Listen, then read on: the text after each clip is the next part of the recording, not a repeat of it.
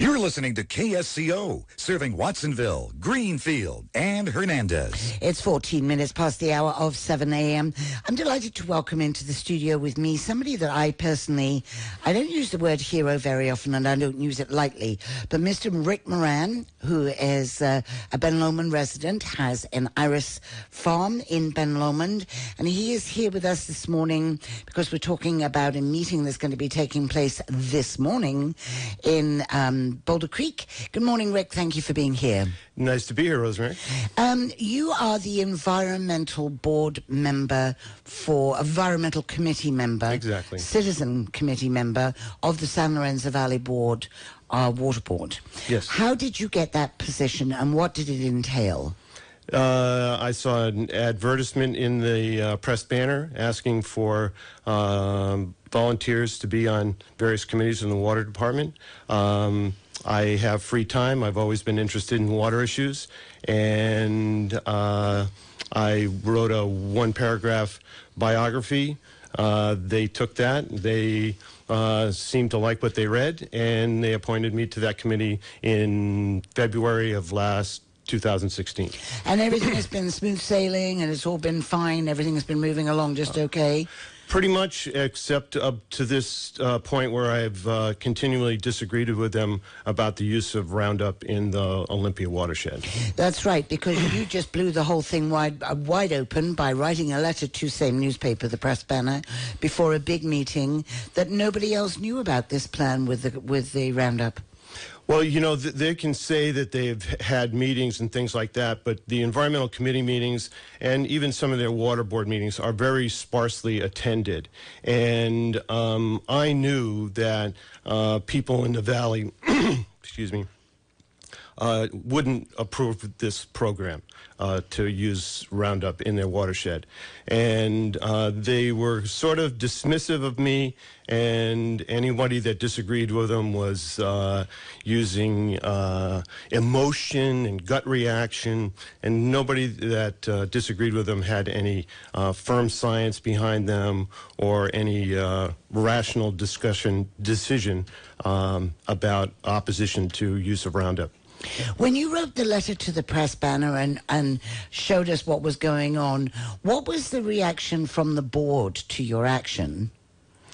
They were not happy. And, you know, I don't know why. All I did was write a small little reminder to the people of the valley that read the press that this was going to be on the agenda. I had received emails from the environmental planner that said that this was going to be on the April 20th agenda, and we had meetings and decisions weren't being made in this direction, and I knew I had to act, and I tried to do the best I could. Well, as I said at the top of the interview, I do consider you a hero, and a lot of other people do in the valley too, because this is to have a known carcinogen to be possibly applied in a watershed is, I can't even imagine why anyone would think about it. I know they did it with the acacia because I walk in the watershed. I'm very familiar with that area. And I met the guy who was doing the job of literally cutting down the acacia till it was just above the sand and then dabbing it with a little sponge. Yes. And you can see the area that he worked. But I think that, is it not going to be just as time intensive to do that for the Scottish broom as it would be to pull the broom? You know, so first, you're right, Rosemary. This is not the first time they've used Roundup in the watershed. This is the second time. They used it back in 2008 for this acacia removal. Yes, it's a time-consuming process to go through every one of these 19,000 plants and apply a solution of Roundup to them. Yeah, it's time-consuming.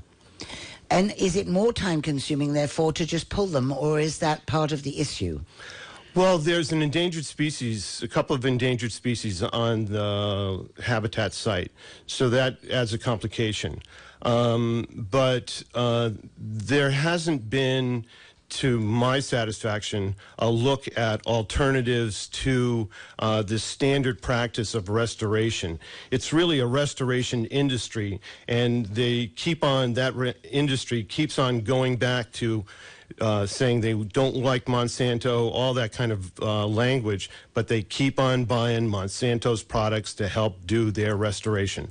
There are alternatives to that kind of restoration model that are coming out now. And this water district has an opportunity to be a leader in that regard, and they keep on wanting to go back to standard practice. Standard practice won't work anymore in our valley. How are you being treated okay now? Is everything copacetic with you and the board, or is it uncomfortable? It's uncomfortable. Are you going to remain in the position, if you don't mind me asking you that? I'm concerned about the use of Roundup in our valley, and I will stay on as long as I feel I'm effective in being able to do that. Is there just one environmental committee member? There's 3 environmental committee members. The 2 others are board members. They are board members. Yeah. Now, am I correct that the person that wrote the plan that met with some derision also by the board is now quit, Suzanne? Yes, Susan Shetler has quit. Yeah, Suzanne Shetler has quit. She's withdrawn. She, in a letter that I saw, she said she no longer wanted to be an apologist for Monsanto. Well, I agree with her. She shouldn't be an apologist for Monsanto. No one should.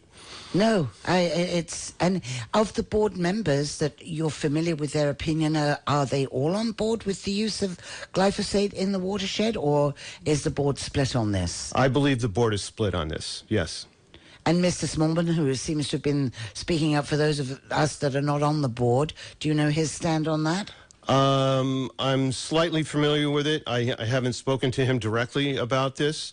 He seems to have some alternative ideas of what to do in the watershed, and I can't say if I know how he would vote on that. Okay, so but Eric Hammer has been supportive of what I've been presenting, and he's tried to get the board to implement a integrated pest management plan before we proceeded with this. We still don't have an integrated pest management plan.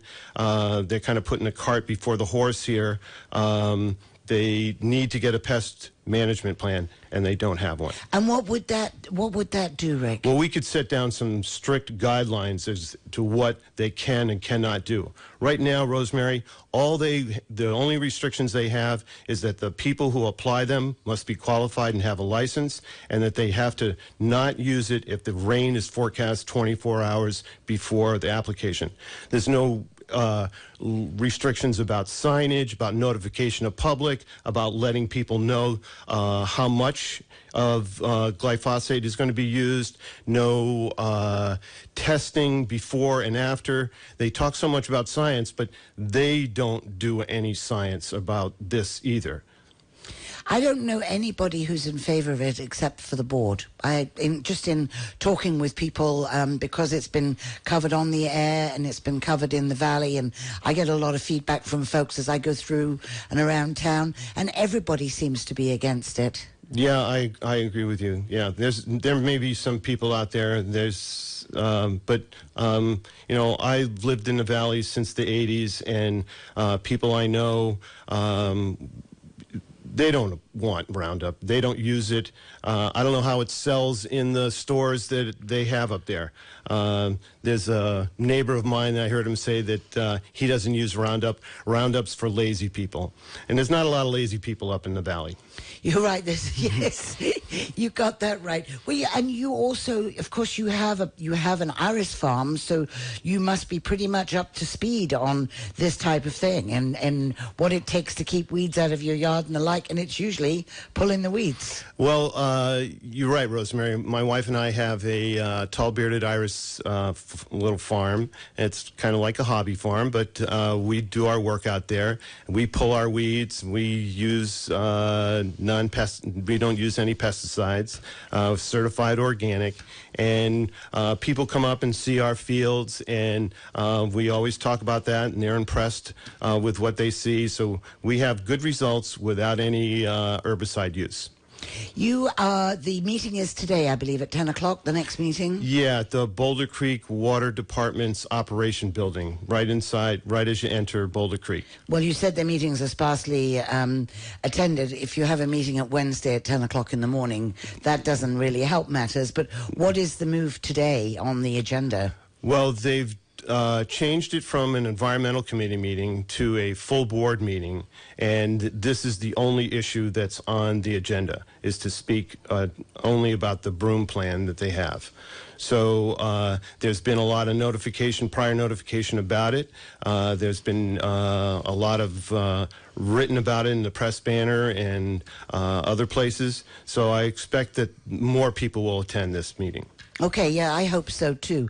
Now, just to step aside from this, you are going to be showing your tall, bearded irises for the next couple of weekends. This is iris season. Oh, they are blooming as we speak, Rosemary, yes. And the last couple of days have brought all of our gardens on a long way. They love the heat, and it really brings them out, yes. So what would the hours be, and what is the address there? We live in California Drive. You'll see, if you drive up past Ben Lomond towards Boulder Creek, you'll see the signs on the road, and there's people out there at 9 o'clock in the morning ready to buy iris. It's pretty serious stuff, isn't it, amongst iris collectors? It's a very fun time for us. We do a lot of work during other times of the year, and it's nice to meet the people that come out and appreciate these beautiful flowers, and it's just a nice time for us. Good. Well, we do appreciate, as citizens of the Valley, we appreciate you keeping your eyes and ears open for us on the board as a member of the Environmental Committee. And again,